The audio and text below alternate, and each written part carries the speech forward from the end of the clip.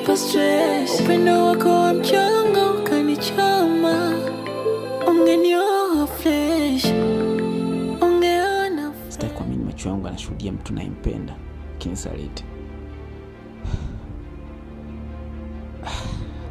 Moyo, niache nikautetee upendo wangu.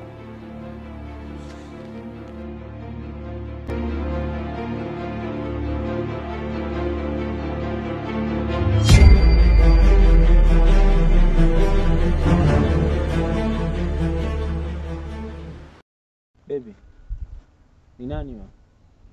Huyu mtoto wa babangu mdogo. Huyu mtoto wa baba mdogo wako? Sawa. Naomba nikute nyumbani. Moyo tena hauna imani, hauna. Nahisi kama nipo gizani, nimekwama. Sulemwa kuchimba chimba. Bro, sijaja kuanzisha ugomvi. Nimekuja hapa nikwambie kwamba huyu ambaye unatoka naye ni mpenzi wangu mimi.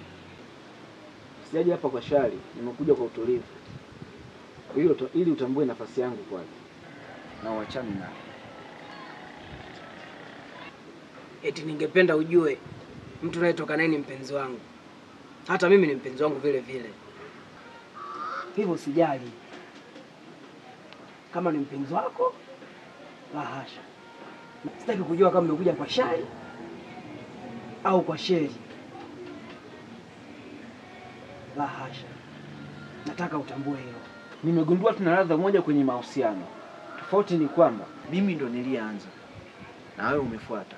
Ukija kuiona hii sura yangu tena kwako, ujue nimekuja kwa shari endapo nikikuona upo kwenye mahusiano yangu.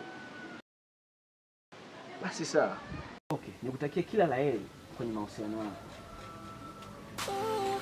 Umenipa stress, upendo wako wa mchanga